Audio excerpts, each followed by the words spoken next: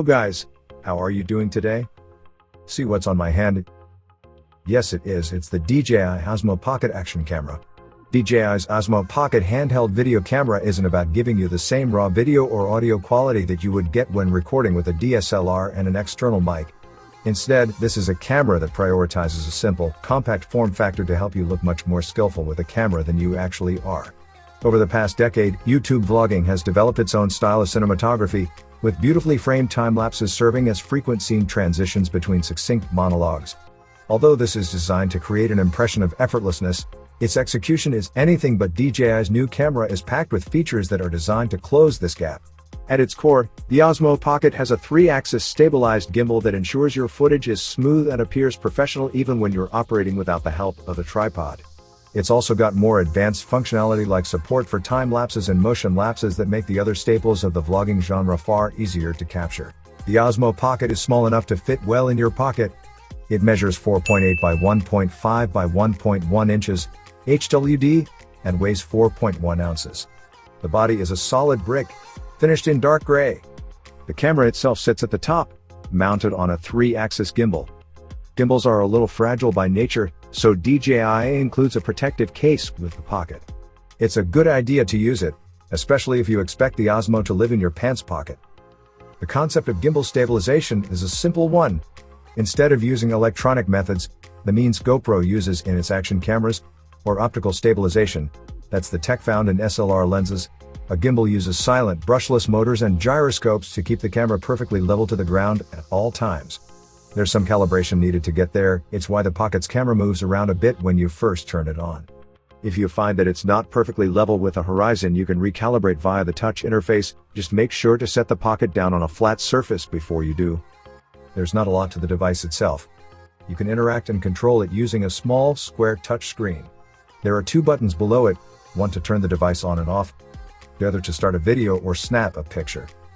Dji Osmo Pocket shoots in HD or 4K resolution, and once you've captured your footage, you can offload it via a USB-C cable to your PC or export it directly to your phone via the Dji Mimo app. It's a very capable camera, but it falls short of being the all-in-one vlogging powerhouse that it aspires to be. 4K video capture at 60 FPS, easy to start shooting, motion lapse is intuitive to use, clever controls for such a small device. The centerpiece of the Dji Osmo Pocket is its 3-axis stabilizer. It's a compact and proficient mechanism, and the Osmo Pocket is keen to remind you of this. Every time you turn the camera on, the gimbal rotates one way and then the other with a satisfying click, like it's doing a morning stretch after getting out of bed. Dji's handheld camera is much better suited for vlogging. Its long handle is designed to be held rather than strapped to the side of a helmet, and its gimbal won't even be able to move properly if you don't give the camera enough space. Beneath the camera there are a pair of buttons, one multifunctional and one for recording video and taking photos, and a small 1-inch touchscreen. The camera also comes with a small, removable pair of connectors, one USB-C and one Lightning, which you attach to the camera.